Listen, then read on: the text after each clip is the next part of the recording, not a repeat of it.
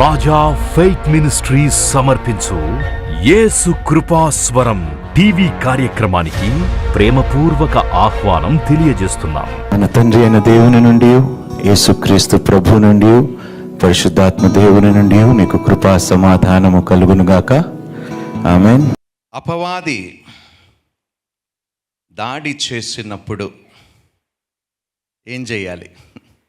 భయపడకూడదు, ఇంకా ఎదిరించాలి. Thank you. ఇంకా క్రైస్తవుడు అన్నాక యుద్ధం అనేది జీవితంలో ఉంటూనే ఉంటుంది. We are facing a warfare. అందుకని ఎఫీషియల్కి రాసిన పత్రిక ఒకసారి చదువుదామండి. అది ఎఫీషియల్కి రాసిన పత్రిక 6వ అధ్యాయము 12వ వచనం ఒకసారి చూద్దాం. ఏలయనగా మనము పోరాడునది శరీరులతో కాదు. అంటే ఏమిటి? ఫైట్ చేస్తున్నాము, చేయటం లేదా? చేస్తున్నాం, ఫైట్ చేస్తున్నాం. ఎవరితో చేస్తున్నాము? శరీరులతో కాదు, కానీ ప్రధానులతోనూ అధికారులతోనూ ప్రస్తుత అంధకార సంబంధులకు లోకనాథులతోనూ ఆకాశ మండలమందున్న దురాత్మల సమూహముతోనూ పోరాడుచున్నాము. అంటే ఏమిటి? వాడు యుద్ధం చేస్తున్నాడు, దాడి చేస్తున్నాడు మన మీద. మనం ఏం చేయాలి? వాడు దాడి చేసినప్పుడు ఒక్క క్షణము కూడా దాడి చేయకుండా వాడు ఉండడు. ఒక్క క్షణము కూడా దాడి చేయకుండా అవకాశమును చూసి, సందర్భమును చూసి, మన బలహీనతను చూసి హఠాత్తుగా ఒక్కడే రాడు, పెద్ద సైన్యాన్ని. అందుకనే దేవుడు అంటాడు, మెలకువగా ఉండండి, మీరు శోధనలో పడకుండా మెలకువగా ఉండి ప్రార్థన చేయుడి. యోబు గ్రంథానికి వెళ్దామండి. 1వ అధ్యాయము 6వ వచనము నుండి 12వ వచనం వరకు చదువుకుందాం. దేవదూతలు యెహోవా సన్నిధిని నిల్చుటకై వచ్చిన దినమొకటి తటస్థించెను. ఆ దినమున అపవాది అగువాడు వారితో కలిసి వచ్చెను. యెహోవా, నీవు ఎక్కడి నుండి వచ్చితివని వారిని అడగగా, అపవాది భూమి మీద ఇటు అటు తిరుగులాడుచు. ఇక్కడ ఆగుదామండి. అంటే మీకు తెలియకుండానే వేరే లోకములో, కనిపించని ఒక లోకములో మీ గురించి అపవాది చర్చించుకుంటున్నాడు. వాడు మీ మీద దృష్టి పెట్టాడు. ఎందుకు? మీరు విశ్వాసులు కాబట్టి. మీ విశ్వాసానికి భంగము ఎలా కలిగించాలో, మిమ్మల్ని ఎలా బలహీనపరచాలో, విశ్వాసము నుండి ఎలా తొలగించాలో మీకు వినిపించటం లేదు, మీకు కనిపించటం లేదు. అక్కడ అలాంటి స్థలములో వాడు ఏం చేస్తున్నాడు? మీ గురించి. కొన్నిసార్లు మనకి మనసులో అనిపిస్తుంది, నాకెందుకో నువ్వు వెళ్ళటం, మనకే ఎలా ఉంటే ఆ లోకంలో మనకి తెలియని సంగతులు ఎన్నో జరుగుచున్నవి. నీ గురించే అమ్మా, మన గురించి అక్కడ ఏం జరుగుతుంది అది కూడా డిస్కషన్. ఎక్కడికి తీసుకొని వెళ్ళాడు? దేవుని దగ్గరికి తీసుకొని వెళ్ళాడు. అంటే మీకు తెలియకుండానే మీ గురించి 24 గంటలు అపవాది ఆలోచిస్తూ యంత్రాలు తయారు చేస్తున్నాడు, ఏ విధంగా వీరిని ఇబ్బంది పెట్టాలో. అందుకని దేవుడు అన్నాడు, ఎడతెగక వేకువ జామునే లేచి, పెందల కడనే లేచి ఆసక్తితో ప్రార్థించండి, తీవ్రతతో ప్రార్థించండి. మీరు నిజంగా నమ్ముతున్నారా? ఆ లోకం ఉన్నదని నమ్ముతున్నారా? స్పిరిచువల్ వరల్డ్ ఉందా లేదా? ఉందంటే మనం ఇలా ఉండం.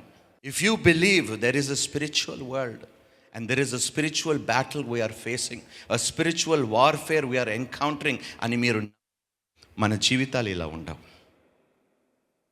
మనము ఎలా ప్రార్థన చేస్తామంటే, వాడు ఛాయ కూడా మన కుటుంబం మీద కానీ మన మీద కానీ పడకుండా ఆసక్తితో ప్రార్థనలు చేస్తూనే, ఏ సమయంలో ఎక్కడ ఉన్నా కూడా ప్రభు ఎవరైనా గుర్తుకొస్తే ఇమ్మీడియట్గా ఏం చేయాలి? మనం వారి కోసము వెంటనే, ఎందుకు గుర్తుకొచ్చారో తెలియదు కానీ ఏదో దేవుడు చేస్తున్నాడు, అపవాది చేయబోతున్నాడు. దేవుడు ఏమడుగుతున్నాడు? నువ్వు ప్రార్థన చేయి. I will send my angels, నా దూతలని నేను పంపిస్తాను, నువ్వు ప్రార్థన చేయి. కానీ మనం సహజంగా మర్చిపోతూ ఉంటాం.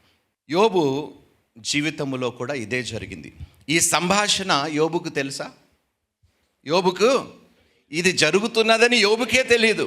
యోబు ధనవంతుడు, 7 కుమారులు, 3 కుమార్తెలు, బోల్డంత ధనము, ఒంటెలు, గాడిదలు, పశువులు. అబ్బాబ్బాబ్బా, యోబే చాలా ధనవంతుడు. ఆ ధనము తనని సంరక్షించగలిగిందా? అంత ఘనత ఉన్నా కూడా తనను కాపాడగలిగిందా? చూడండి, ఒక్క దెబ్బ, అపవాది దెబ్బ ధనము పోగొట్టేలాగా చేసింది, తన కుటుంబాన్ని నాశనం చేసేసింది. యోబు నీతిమంతుడని వ్రాయబడింది. ప్రార్థనలు చేశాడంట. తన బిడ్డలు ఎక్కడైతే పాపము చేస్తున్నారో ఏమో తెలియదని చెప్పి బలులు అర్పించేవాడంట. అయినను ఆయనకి తెలియని ఒక సంభాషణ పరలోకములో, ఆకాశములో జరిగినది. అపవాది దృష్టి పెట్టాడు యోబు మీద. అరే, ఈ వ్యక్తి మామూలుగా లేడే, ఈ వ్యక్తి he is a very unusual person. అందరూ పాపుల్ని చూస్తున్నాను కానీ వీడు ఏదో డిఫరెంట్గా ఉన్నాడు అని అన్నాడు. అనిపించి దేవుని దగ్గరికే వెళ్ళాడు పర్మిషన్ తీసుకోవటానికి, తనను శోధించటానికి. అపవాది ఎలాంటి వాడంటే, ఇప్పుడు కొన్ని కుక్కలు ఉంటాయండి, వాస్తవంగా చెప్తున్నాను, అవి చూడటానికి భయంకరంగా ఉంటాయి. దాన్ని గట్టిగా పట్టుకొని మనం నడుస్తున్నప్పుడు అరుస్తూ ఉంటాయి. కానీ ఈ లీష్ ఉన్నంత వరకు అది ఎంత భయంకరమైన కుక్క కూడా ఆ కుక్క మనల్ని ఏమి చేయలేదు. కానీ విడిచిపెట్టేస్తే అపవాది అలాంటోడు అనమాట. దేవుడు అంతవరకే వాడికి పర్మిషన్ ఇచ్చాడు. చదువుదామమ్మా యోబు.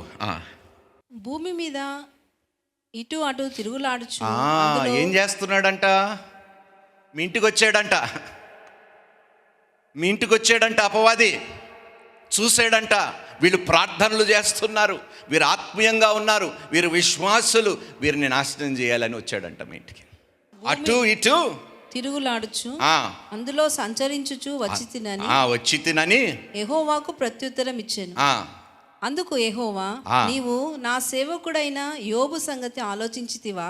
అబ్బాబాబాబా, ఇప్పుడు తిరిగేవు కదా, దేవుడు చూడండి ఎంత గొప్పగా మాట్లాడి. ఇప్పుడు అంతా చూసావు కదా, అందరినీ చూసావు కదా, అందులో ఒకడిని చూసావా అన్నాడు దేవుడు. ప్రైజ్ ది లార్డ్, హల్లెలూయా. అది మనమే, హల్లెలూయా. ఈరోజు మనం నీతిమంతులమా కామా? యేసుక్రీస్తు ప్రభువుని తన రక్షకుడిగా అంగీకరించిన తర్వాత మన నీతి కాదు, ఆయన నీతి మనకు అనుగ్రహింపబడ్డది. ఆ నీతి మనకి ఇచ్చాడు కాబట్టి ఈరోజు మనం నీతిమంతులుగా దేవుని సన్నిధిలో ఎంచబడుతున్నాం. లేకపోతే మనం ఇక్కడ ఉండము. మీరందరూ ఎవరు? నీతిమంతులమే. మనం నీతిమంతులకే శోధన, నీతిమంతులకే ఎక్కువ నష్టాలు, కష్టాలు, బాధలు, నిందలు, అవమానాలు. కానీ వాటన్నిటినీ జయించే కృప కూడా మన దగ్గరే ఉన్నది. దేవునికి మహిమ కలుగునుగాక. హల్లెలూయా. చదువుదామమ్మా. అతడు యథార్థవర్తనుడును న్యాయవంతుడునై దేవుని యందు భయభక్తులు కలిగి చెడుతనమును విసర్జించిన వాడు, భూమి మీద అతని వంటి వాడెవడును లేడు అని అడుగగా, అపవాది, యోబు ఊరకయే దేవుని యందు భయభక్తులు గలవాడాయన, నీవు అతనికి, అతని ఇంటి వారికిని, అతనికి కలిగిన సమస్తమునకును చుట్టూ కంచె వేస్తివి కదా. ఎంత ఎటకారంగా మాట్లాడాడు కదండి. ఊరకనే భక్తిపరుడు అయిపోయాడా? నువ్వు అన్నీ ఇచ్చావు కాబట్టి వస్తున్నాడు చర్చికి, నువ్వు అన్నీ ఇచ్చావు కాబట్టి నిన్ను పూజిస్తున్నాడు, నమస్కరిస్తున్నాడు, స్తుతిస్తున్నాడు. నువ్వు అన్నీ తీసేసి చూడు. బాబా బాబా బాబా. అమ్మా, ఇచ్చిన వారి నుండి దేవుడు తీసేసుకుంటే మరలా సంఘములో కనిపిస్తారో లేదో నాకైతే తెలీదు. కొంతమంది చాలా బలముగా నిలబడ్డారు, గొప్ప సేవకులు, వాళ్ళ దగ్గర ఉన్నవన్నీ పోగొట్టుకు. చదవండి అమ్మా. నీవు అతని చేతి పనిని దీవించుండుట చేత అతని ఆస్తి దేశంలో బహుగా విస్తరించి ఉన్నది. అయినను నీవు ఇప్పుడు నీ చేయి చాపి అతనికి కలిగిన సమస్తమును మొత్తిన ఎడల అతడు నీ ముఖము ఎదుటనే దూషించి నిన్ను విడిచిపోవును అని యెహోవాతో అనగా, యెహోవా, ఇదిగో అతనికి కలిగిన సమస్తమును నీ వశంలో ఉన్నది, అతనికి మాత్రము ఏ హానియు చేయకూడదని అపవాదికి సెలవీయగా, వాడు యెహోవా సన్నిధి నుండి బయలు వెళ్ళెను. ఇప్పుడు అర్థమైంది ఏమిటి? ఒక లోకము అనేది ఉన్నది, అపవాది అనేవాడు. అమ్మ, మీరు నమ్మకపోతే నేను ఏం చెయ్యలేను, కానీ ఉన్నాడు. Satan is not a myth. అది కట్టు కదా, వాడొక కట్టు కదా, కాడు. Right? Satan is not a myth or a symbol. ఆయన రియల్ అడ్వర్సరీ, నిజమైన శత్రువు. మనకి ఈ లోకములో నిజమైన శత్రువు ఎవడైనా ఉన్నాడంటే అదే అపవాదిని.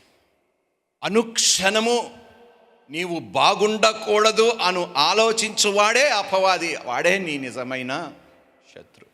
కానీ ఇన్ని శోధనలు జరిగినను మనం అర్థం చేసుకోవాల్సింది ఏమిటంటే దేవుడే మనల్ని కాపాడువాడు.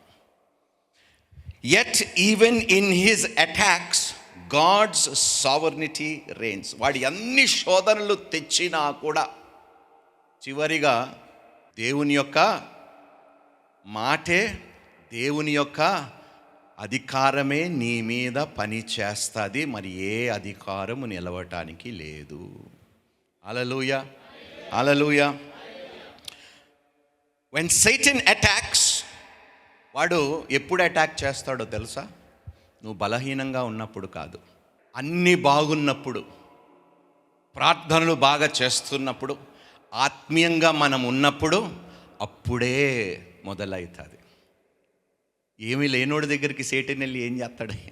బలంగా ఉండి, ఆత్మీయంగా బలముగా ఉండి, ప్రార్థన జీవితము కలిగి ఉన్న వారికే ఎక్కువ శోధన. దీంతో మనం అర్థం చేసుకోవాల్సింది ఏమిటంటే చాలా జాగ్రత్తగా ఒక్కొక్కరి మీద దృష్టి పెట్టి ఉన్నాడు అపవాది. మీ పిల్లల మీద దృష్టి ఉన్నది అపవాదికి. అమాయకులు కాబట్టి, వారికి ఏ చెడుతనము తెలియదు కాబట్టి, తండ్రులుగా తల్లులుగా మనం వారి విషయమై పట్టించుకోవటము లేదు కాబట్టి, ఈ పిల్లలని నేను పాడు చేస్తే కుటుంబం అంతా సమాధానము లేకుండా నశించిపోతుంది అని వెళ్తాడు బిడ్డల దగ్గరికి. ఎందుకు వెళ్తాడు? అనుమతి ఇచ్చింది ఎవరు? మనమే. మొట్టమొదటిగా అపవాది మనల్ని ఎలా చూస్తున్నాడో తెలుసా? మనల్ని చూసినప్పుడు ఏం కన్సిడర్ చేస్తున్నాడు వీడు? హీ కన్సిడర్స్ అస్, విలువ కూడా కాదంట, ఒక అద్భుతం అంట. We are a marvel to Satan. Marvel అంటే ఒక ఆశ్చర్యం, ఒక అద్భుతం. మీరు ఏమిటంటే అపవాదికి, ఇలాంటి మనిషి కోసము దేవుడే ప్రాణాలు పెడతాడా, ఏమిటి ఈ మనిషి అనే ఆశ్చర్యపోతున్నాడు ఈ అపవాది. We are a Marvel. వాడికి అర్థం కావటం లేదు. మన దగ్గర శక్తులు ఉన్నాయా? మనం ఏమైనా దూతలము కన్నా తక్కువ వారము, మట్టి నుండి ఏర్పరచబడిన వారము అయినను దేవునికి ఏమిటి ఎంత ప్రేమ వీరి ఎడలాని వాడు ఇప్పుడు వరకు ఆశ్చర్యపోతున్నాడు. ఒక అద్భుతంగా మనల్ని దేవుడు, చెప్పండి నేను ఒక అద్భుతం అని చెప్పండి. నిజంగా అద్భుతమే. లేకపోతే అపవాది మనల్ని శోధించటానికి రాడు. We are a Marvel. We are a Marvel. యోబు నీతిపరుడంట, యథార్థవంతుడంట, దీవించబడిన వాడు.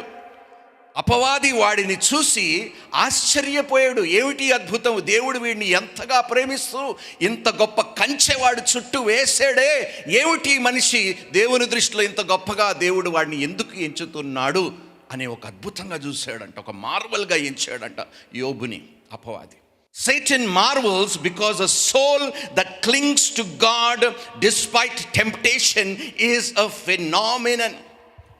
అపవాది ఇంత శోధన కలిగిస్తున్నా వాడు దేవుణ్ణే హత్తుకొని ఉన్నాడే, వీడు నిజంగా ఒక అద్భుతము అని వాడు ఆలోచిస్తున్నాడు.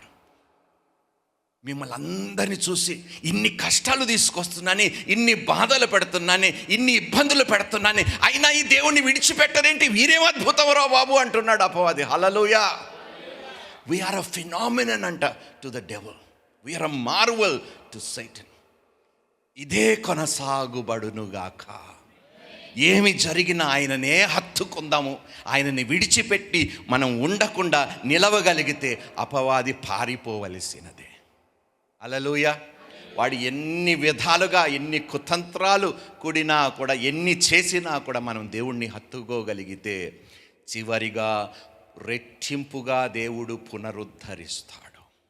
హల్లెలూయా. ఎప్పుడైనా ఒక చీకటి స్థలములో ఎక్కడో ఒక లైట్ కనిపించింది అనుకోండి అంటున్నా, ఓకే, ఏం జరుగుతుంది?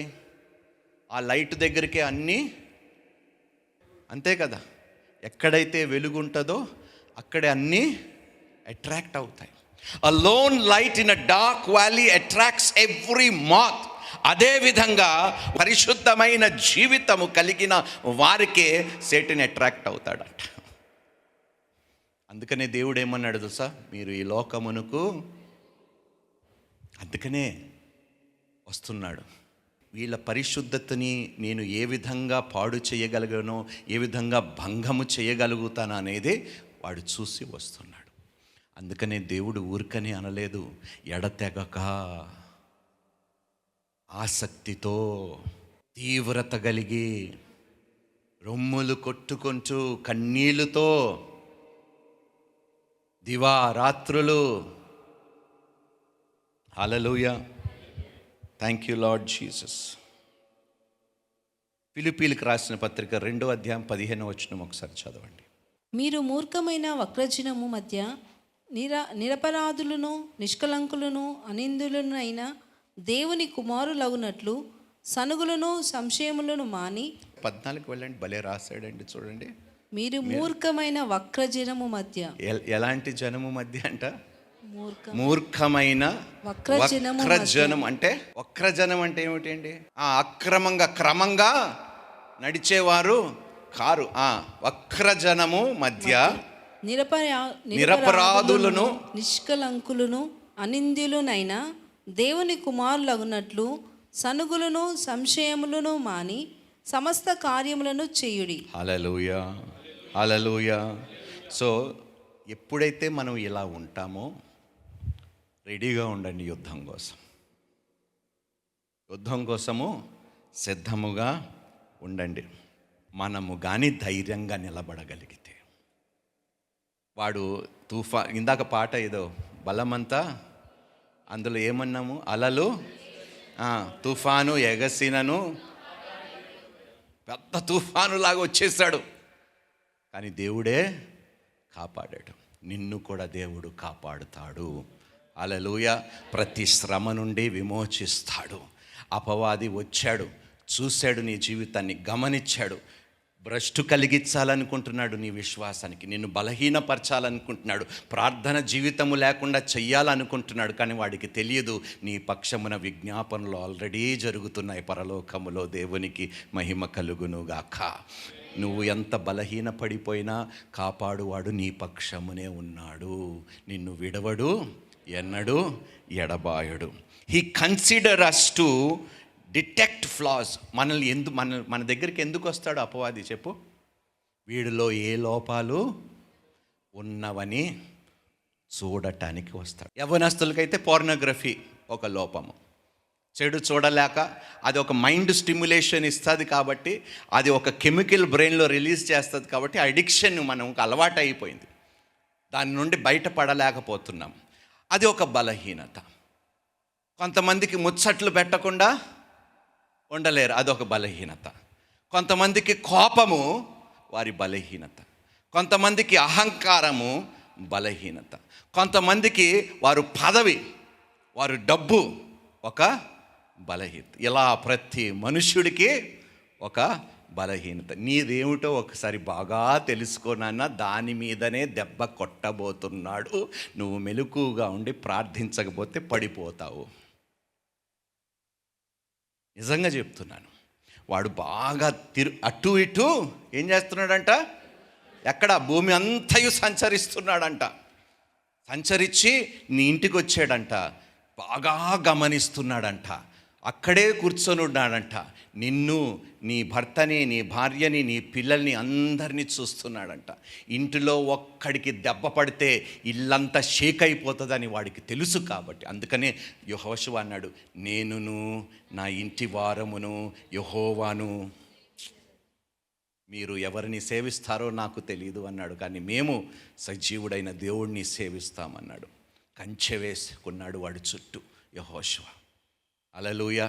ఈరోజు చాలామంది ఇళ్ళల చుట్టూ కంచెలు లేవండి, లేవు. ప్రార్థనలు ఉంటే గ్రేట్, అసలు తండ్రులు ప్రార్థనలు చేస్తే గ్రేట్. ఈరోజు he consider us to detect flaws, ఏమైనా లోపము ఉందా అని వెతుక్కుంటూ బహుశా నిన్న రాత్రే వచ్చాడేమో నీ ఇంటికి. అపవాది అక్యూజర్ ఆఫ్ ద బ్రదరన్ అంటే ఏమిటి? సహోదరుణ్ణి దూషించువాడు. Accuser of the brethren. He watches, ఎక్కడైతే ఏ స్థితిలో వారు బలహీనంగా ఉన్నారో ఆ బలహీనతనే ఎక్స్ప్లాయిట్ చేయటానికి నీ దగ్గరకు వచ్చాడు. ఏమిటి ఆ బలహీనత చెప్తారా దేవునికి ఈరోజు?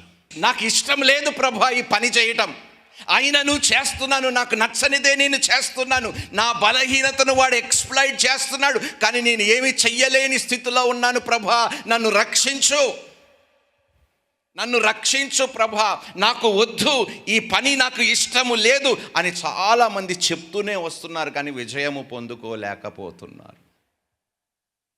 He's exploiting you. ఆ వీక్నెస్ వాడు పట్టుకున్నాడు, ఆ వీక్నెస్తోనే నిన్ను చంపాలనుకుంటున్నాడు. జాగ్రత్తగా ఉండున్నాను. ఆ విషయమై ఇంకా ఎక్కువగా మీరు ప్రార్థించని ఎడలా మనం నశించిపోతాము నాయన. Peter's fear. లూకాసు వార్తకు ఒకసారి వెళ్ళండి, 22వ అధ్యాయము 31 నుండి 34 వచనం వరకు చదువుదాం. సీమోను ఇదిగో, సాతాను మిమ్మును పట్టి గోధుమల వలె జల్లించుటకు మిమ్మును కోరుకొనేను గాని. సుసరా, సీమోను ఇదిగో, సాతాను మిమ్మను పట్టి గోధుమల వలె జల్లించుటకు మిమ్మని కోరుకొనెను గాని నీ నమ్మిక తప్పిపోకుండునట్లు నేను నీ కొరకు వేడుకొంటిని. దేవునికి మహిమ కలుగును గాక. హల్లెలూయా. దేవుడు ముందుగానే ప్రార్థన చేశాడంట. ఏమిటని? నీ మనసు తిరిగిన తర్వాత నీ సహోదరులను స్థిరపరచుమని చెప్పాను. అంటే నీ మనసు నా మీద తొలగిపోతుంది, అయినా తిరిగి నీ మనసు నా మీద వచ్చినప్పుడు మరలా నీ సహోదరులను నీవు స్థిరపరచు అని. అందుకనే ముందుగానే యేసు పేతురు కోసము ప్రార్థన చేశాడు. చూడండి, ముందే తెలుసు కదా దేవునికి బొంకుతాడని. తెలుసా తెలియదా?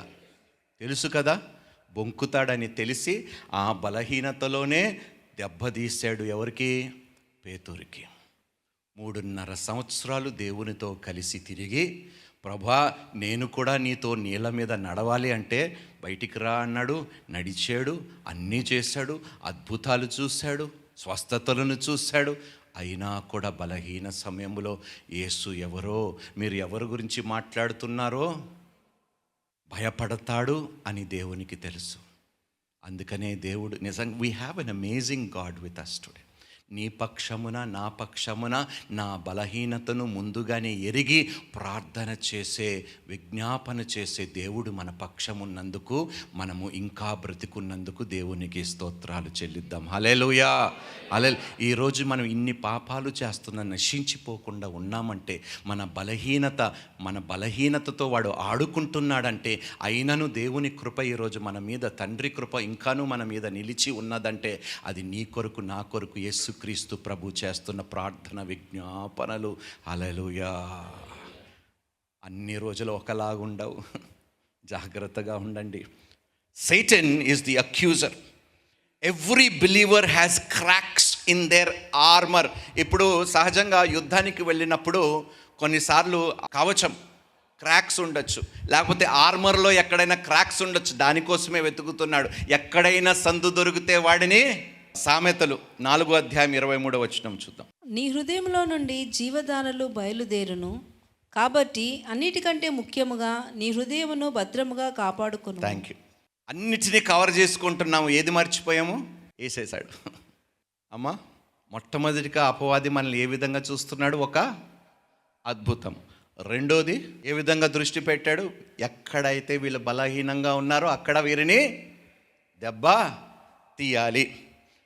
మూడోది, వాడు రాజ్యానికి మనము ఆటంకమని మనల్ని చూస్తున్నాడు. నీ పనికి ఎవరైనా అడ్డొస్తే నువ్వేం చేస్తావు? నీ పనికి ఆటంకం కలిగిస్తున్నాడని చేసి చట్టబట్టలు వేసుకొని తిరుగుతావు వాడితోటి? లేదు కదా. వాడితో ఏ పని పెట్టుకోకుండా వాడిని నీ జీవితంలో నుండి కట్ చేసేస్తావు. సంబంధాలు పెట్టుకోవటానికి నువ్వు ఇష్టపడవు. అపవాదితో కూడా సంబంధాలు పెట్టుకోవటానికి ఇష్టపడకండి దయచేసి. అపవాదికి నువ్వు ప్రార్థన చేయటము, ఎవరు ఆపేరు నిన్ను ప్రార్థన చేయకుండా చెప్పండి ప్లీజ్? మనమే. అది మన బలహీనత అని తెలిసి కూడా వారికి చోటిచ్చామంటే నిజంగా మనం మూర్ఖులమే కదా. ఇది నా బలహీనత అని తెలిసి శత్రువుని పిలిచి నా బలహీనతను దెబ్బతీయని ఆహ్వానం ఇస్తాడా ఎవరైనా? కానీ పదే పదే అదే తప్పు చేస్తున్నాం. ప్రార్థన చెయ్యకపోవటము నా బలహీనత అని ఎరిగే వాడు నిన్ను శోధిస్తున్నాడు, నువ్వు శోధనలో పడేలాగా చేస్తున్నాడు. దయచేసి మార్చుకో, మానుకో. ప్రార్థన చెయ్యండి, విజ్ఞాపనలు చెయ్యండి, ఒకరి కోసం ఒకరు భారము కలిగి. అపవాదికి ఇష్టం లేదు నువ్వు మోకరిస్తే వాడు రాజ్యము గజగజ గజగజగా వణికిపోతుందని వాడికి తెలుసు. వణికిచ్చే బలము, శక్తి నీలోనే ఉన్నదని వాడు గ్రహించే నువ్వు ప్రార్థన చేయకుండా నిన్ను ఆపేస్తున్నాడు. నీ ఇల్లు బాగుపడుతుందని వాడికి తెలుసు నువ్వు ప్రార్థనలు చేస్తే. నీ కుటుంబాలు కట్టబడతాయి, నీ పరిస్థితులు బాగుపడతాయి అని తెలిసే వాడు శత్రువుగా వచ్చాడు నీ బలహీనతను దెబ్బతీయటానికి. అనుమతిస్తున్నావా? ఈరోజు కూడా ప్రార్థన లేకుండా దెబ్బ మీద దెబ్బ పడనిస్తున్నావా? నీ మీద, కుటుంబాల మీద. ఎవడైనా శత్రువుకి ఇంటికి ఆహ్వానం ఇస్తాడండి, కానీ మనము క్రైస్తవులుగా ఇచ్చేస్తున్నాము. దెబ్బ మీద దెబ్బ పడుతుంది. ఎందుకు ప్రభా ఇన్ని జరుగుతున్నాయి నాకు అర్థం కావటం లేదు. ప్రార్థనలు గమనించండి అమ్మా. వాడు చాలా కుయుక్తి కలిగిన వాడు. వాడు ఏ ఏ బలహీనతలు కలిగి, బహుశా నీకు కూడా తెలియదేమో ఇది నా బలహీనత అని.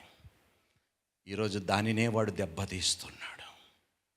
దానినే పదే పదే పదే దెబ్బతీస్తూ నిన్ను బలహీనపరుస్తూ ఇంకను ప్రార్థన చేయకుండా దేవుడినే విసర్జించేలాగా చేస్తున్నాడు నీ బలహీనతలతో. దైవజనులు బోధించిన మరిన్ని ప్రసంగాలను విని ఆత్మీయంగా బలపడాలని ఆశ కలిగిన వారు రాజా ఫెయిత్ మినిస్ట్రీస్ యూట్యూబ్, రాజా faith ministries Facebook, రాజా_హెబెల్ Instagram, రాజా_RFM Twitter subscribe చేయండి, లైక్ చేయండి, కామెంట్ చేయండి, షేర్ చేయండి, ఫాలో అవ్వండి. సబ్స్క్రైబ్ చేయండి, లైక్ చేయండి, కామెంట్ చేయండి, షేర్ చేయండి, ఫాలో అవ్వండి.